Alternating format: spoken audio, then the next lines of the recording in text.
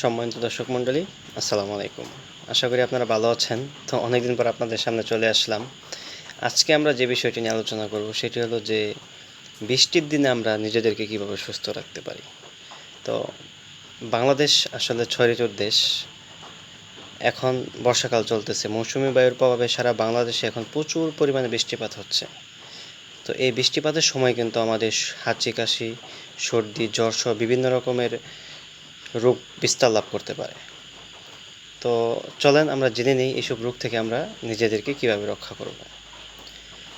তো আমরা যখন সাধারণত বাসা থেকে বের হব, তখন আমরা ছাতা বা রেইনকোট নিয়ে বের হব, কারণ যে কোনো সময় বৃষ্টি আসতে পারে এবং আমরা বৃষ্টিতে ভিজতে পারি।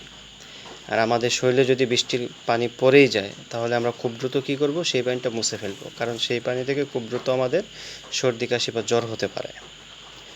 এছাড়া আমরা চলাচলের রাস্তায় যেসব পানি জমে থাকে, বৃষ্টির পানি, সেখানে প্রচুর পরিমাণে ব্যাকটেরিয়া, ভাইরাস থাকতে পারে। সেইখান থেকে আমাদের রোগ সংক্রমণ হতে পারে। আমরা সাধারণত এই পানিগুলো এড়িয়ে চলার চেষ্টা করব। এছাড়া বৃষ্টির দিনে আমরা রোগ প্রতিরোধ ক্ষমতা বাড়ানোর জন্য পুষ্টিকর খাবার ও ভিটামিন সি সমৃদ্ধ প্রচুর খাবার খাইতে পারি। মৌসুমি ফল, এগুলোতে প্রচুর পরিমাণে ভিটামিন সি থাকে। এগুলো খেয়ে আমরা আমাদের রোগ প্রতিরোধ ক্ষমতা বাড়াতে পারি। এছাড়া বৃষ্টির দিনে আমরা নিজেদের শরীরকে সতেজ রাখার জন্য আমরা আদা চা, লেবু, মধু ইত্যাদি খাইতে পারি।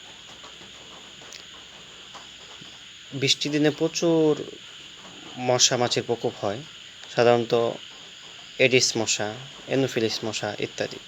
তো আমরা যারা শহরাঞ্চলে থাকি, তারা ফুলের টব, ছাদের কোণা, ডাবের খোসা ইত্যাদিতে যেন পানি জমে না থাকে, মশার যেন উৎপন্ন না হয়, সেদিকে আমরা খেয়াল রাখব।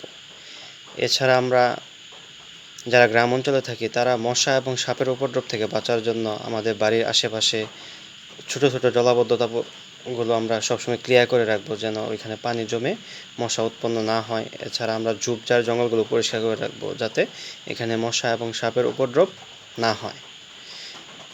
আর আমরা যদি কখনো বৃষ্টির পানিতে ভিজে বা বৃষ্টির কারণে হাঁচি, কাশি, সর্দি বা জ্বরে আক্রান্ত হয়ে যায়, তাহলে আমরা প্রচুর পরিমাণে বিশ্রাম নিব এবং সিম্পথোমেটিক ট্রিটমেন্ট গ্রহণ করব এবং খুব দ্রুত আমরা রিকভারি হওয়ার চেষ্টা করব।